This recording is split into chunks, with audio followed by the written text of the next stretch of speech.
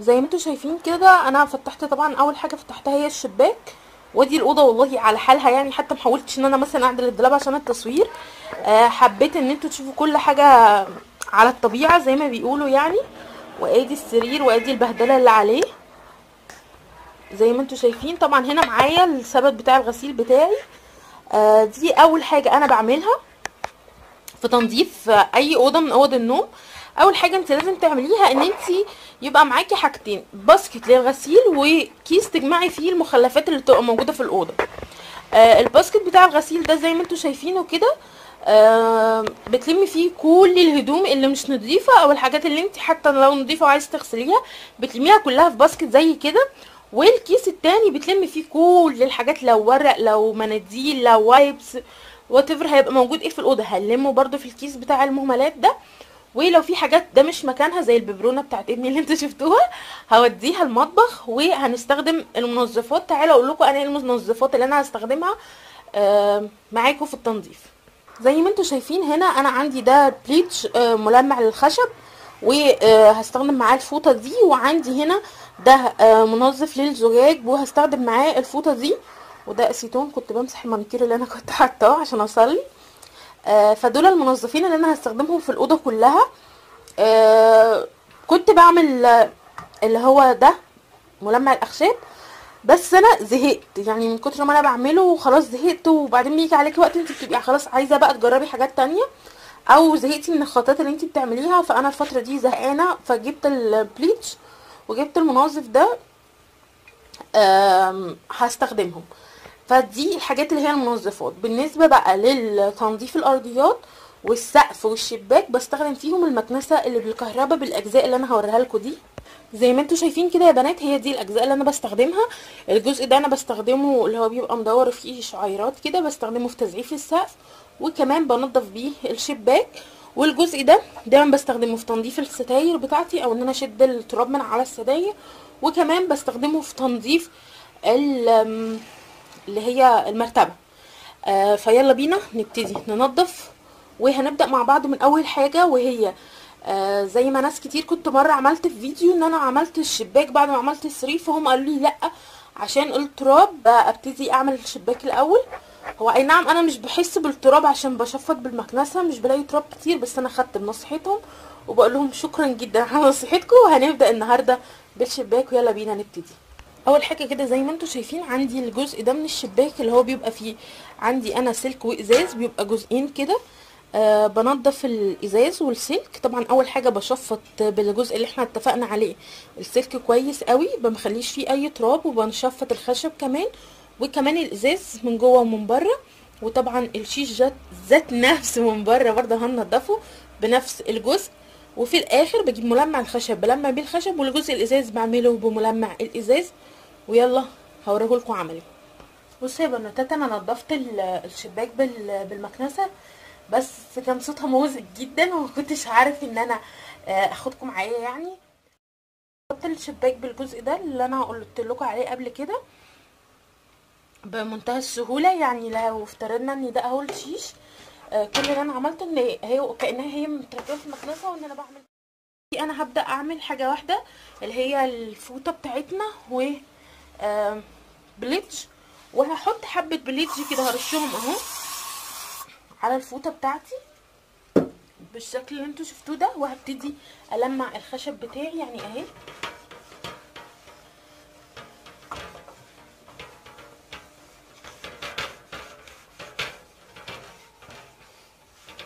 في ناس على فكره بتنضف بيه عادي، لو الازاز ذات نفسه في ناس بتنضفه بيه، مفيش مشكله. برضو تهتموا باللي هو الاجزاء دي تهتموا بيها كويس قوي في التنظيف في النظافه.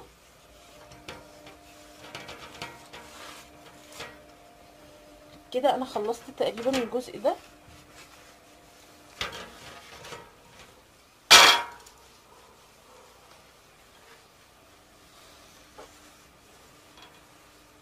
هعمل بقى الجزء بتاع السلك ده برضو.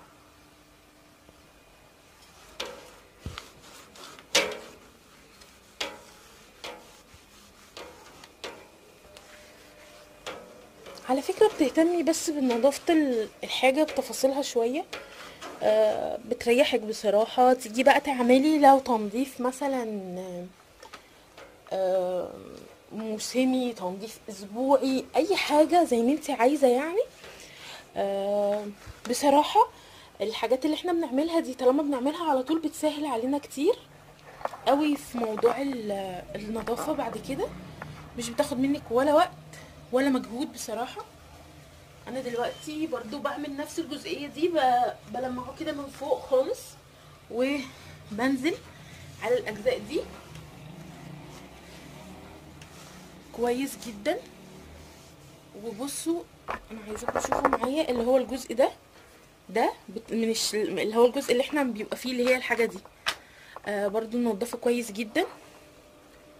وانا بعد كده بعمل نقطة اني انا بنضف بقى السلك ذات نفسه، يعني بنفس الفوطة هي بعدي على السلك. وما تنسوش طبعا الاكر بنفتح وبنقفل منها ضروري. بصوا انا كده خلاص خلصت، مجرد ان انا هعدي على السلك بتاعي عشان لو في اي تراب معايا يطلع ويبقى متلمع ونضيفه زي الفل. هعمله بقى من جوه من هنا من الناحيه التانيه. طبعا الفيديو هيطول عشان ابين لكم التفاصيل دي، الفيديو هيطول مننا شويه. برضو من هنا وبعمل السلك زي ما احنا ما اتفقنا.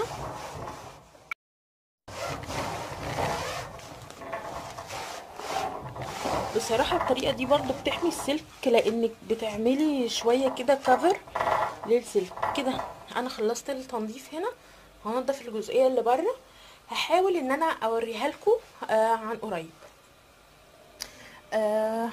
احنا دلوقتي هنعمل الاجزاء بقى دي. خلاص احنا شفطناها تقريبا من التراب اللي عليها، هنمسحها تاني. انا عايزه اقول لكم ان الشبابيك دي انا لما جيت اتجوز ما غيرتهاش، كانت فلوسنا خلصت فما غيرتهاش. فدي شبابيك مثلا قديمه من سنه 90 وهي متركبه في الشقه.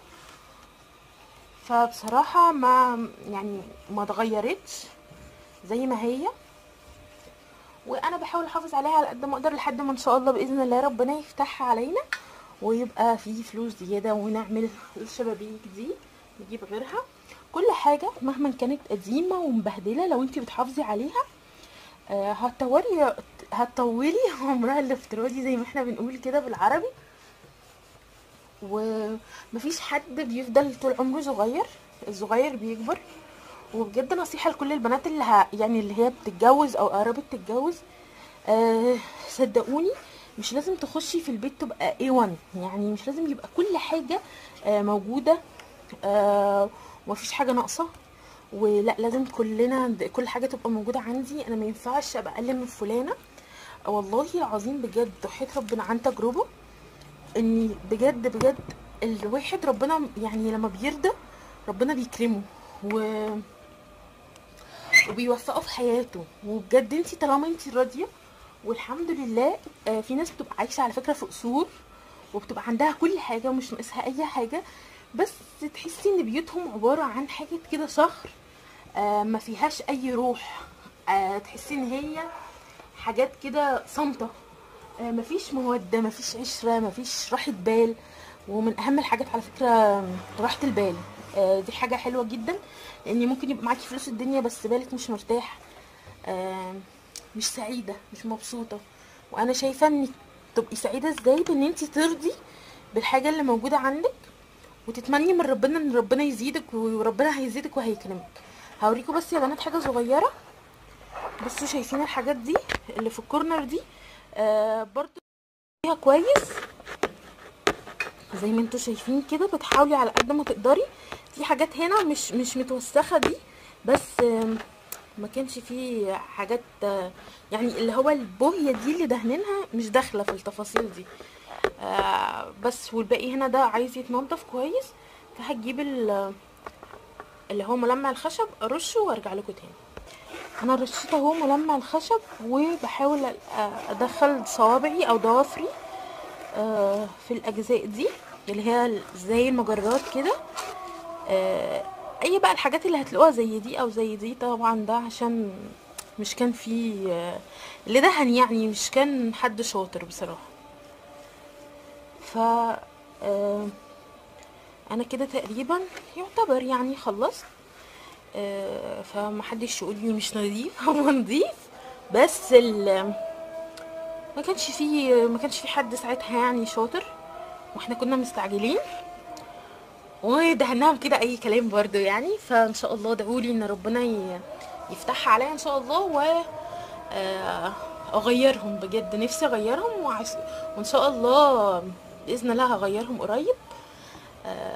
ده طمع من رب، ده يعني طمع في مني انا في ربنا، ان شاء الله ربنا هيسر لي الحال وهغيرهم واعمل كل اللي انا عايزاه. رغيت كتير، انا رغايه انا عارفه. بس كده احنا خلاص تقريبا خلصنا الشباك اهو. هعدي بس كده عشان ابقى اتاكد ان كل حاجه بقت نظيفه. هعمل بقى الضرفه التانية اللي هو اللي زي ده بس الناحيه التانية، وهرجع لكم تاني. خلاص يا بنات، خلصت الشباك بقى زي الفل. نخش بقى على المعركه اللي انتوا شايفينها دي.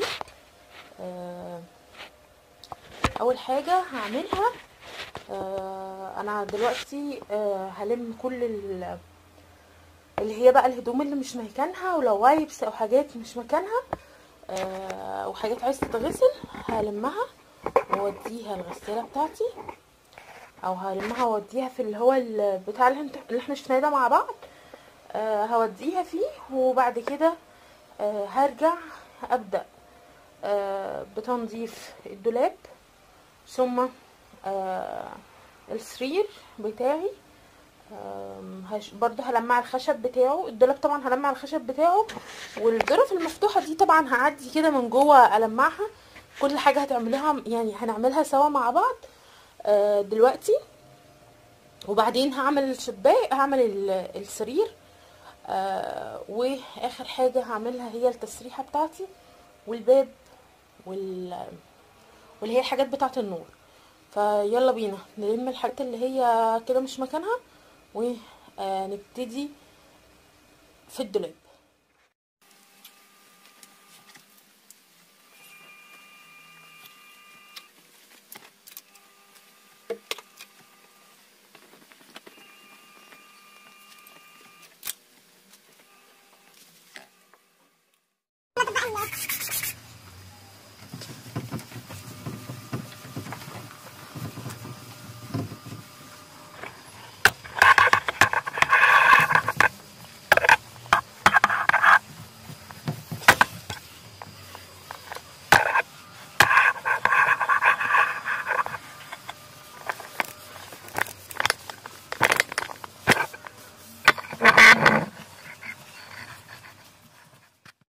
يا بنات انا كده لمعت اللي هو الدولاب، خلاص نضفته من كل حته تقريبا. جوه الدولاب كمان عملت يعني ترويق بسيط، طبعا مش حاجه يعني مش حاجه بروفيشنال مش حاجه محترمه. يعني هو انا مش بعرف اطبق هدوم حلو قوي، يعني مش واو، بس على قد يعني على قد ما بعرف بحاول ان انا اتعلم كل شويه حاجات، او حاجات تساعدني شويه في ان انا اعرف اطبق الهدوم بشكل حلو. عملتهم كده بس بشكل بحيث ان هي تبقى كل حاجه لوحدها، عشان كان في حبه كركبه شويه. ودلوقتي الدور على السرير، هشيل طبعا كل الفرش اللي على السرير ده كله كله كله، وهلمع الخشب واغير الملايات. وبعد كده هوريكم بقى سوا سوا كده هنعمل ايه.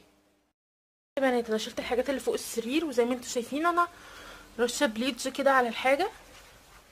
وهنا برضو هتلمعي يعني لو عندك تلمعي الاجزاء اللي زي كده، ولو في حرف خشب كده لجوه بصوا بتدخلوا كده ما بين هنا، وبعدين بعمل هنا، وبعدين هنا، وبعدين هنا كده.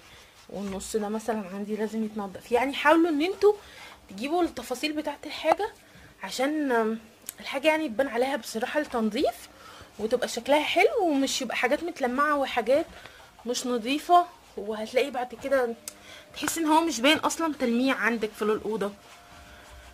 ف انا حبيت بس اقول لكم ان احنا لازم نهتم بتفاصيل الحاجات كويس جدا.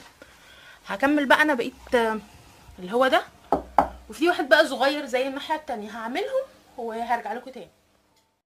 خلاص لمعت السرير الخشب بتاعه، باقي بقى ان احنا هنا هنغير ده. طبعا دي مش يعني هنشيل الحاجات دي ملايه كده نحطها فوق الملايه تاني عشان لما ابني بينام معايا، وهو في الحقيقه اهي قرعته باينه معانا النهارده في الفيديو لسه جاي. فلو سمعتوا بقى اي صوت ما تاخدوش بالكم، يعني عايز ولا كانكم سامعين اي حاجه. فهخلص بقى هشيل اللي هي الكفر ده، وهشيل الملايه، وهغير الملايه وافرش السرير. عشان كده تقريبا هيبقى خلاص، تقريبا 3/4 الاوضه خلص. هيبقى فاضل لنا حاجه واحده بس، التسريحه هي بس اللي هتبقى فاضلنا. هنخلصها وبكده نكون خلصنا كل الاوضه. هغير بقى السرير وافرشه وارجع اوريهولكم، ونرجع نعمل هنا مع بعض تسريحه من فوق زي ما انتوا شايفين كده. يعني وضبت الدنيا ونضفتها من فوق. باقي بقى عند الادراج ده سهل، يعني مش هعمل فيه بصراحه اختراع، يعني برضو هو المنظف والفوطه بس. كل التريك اللي انا هوريها لكم انتوا لما تيجوا تنضفوا الدرج تنضفوا الحتت دي بس، هو ده كل الموضوع. هنضفه بقى وارجع لكم تاني عشان في جريمه بتحصل دلوقتي. بصوا يا بنات، انا خلاص خلصت التسريحه، بس عايزه اوريكم الباب الخشب برضو بالملمع وبتعدي. الاول هنا شايفين الجزء ده اللي من فوق ده بتعدي عليه برضو عشان بيبقى عليه طرق. اوعوا تنسوه سواء في شباك او في باب. الحاجات دي تفاصيل صغيره بس ممكن ناس كتير تنساها. وكمان الجزء ده شايفينه ده برضو لازم يتنضف. وبعدين بتنضفي بقى بقيه الباب عادي، منظف الخشب بتاعك عادي خالص. وما تنسيش اللي هي الاوكر بتاعتك تلمعيها وتنضفيها كويس قوي. لو عندك حبه ديتول بميه كده، او يعني حبه ديتول صغيرين ممكن تخفيهم بميه وتلمعي بيها الاوكر الخشب بتاعت الباب. بس كده هلمع بقى الباب.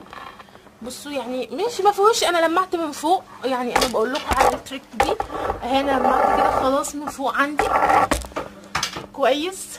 والناحيه دي برضو الحاجات دي برضو اهي لمعت وبقت زي الفل. والباب هيتلمع. وبرضو ما تنسوش الحتت دي لازم تنضفوها برضو في الشبابيك والبيبان، ما تنسوهاش. انا عندي هنا بصوا الباب من بره برضو في حاجات كده يعني ده، والحاجات دي اللي فوق هتتنضف برضو. وهكمل بقيه الباب وشه ده وفوق والحاجات اللي فوق دي، وهرجع لكم تاني. بصوا كده خلاص يا بنات انا خلصت والارضيات نضفت.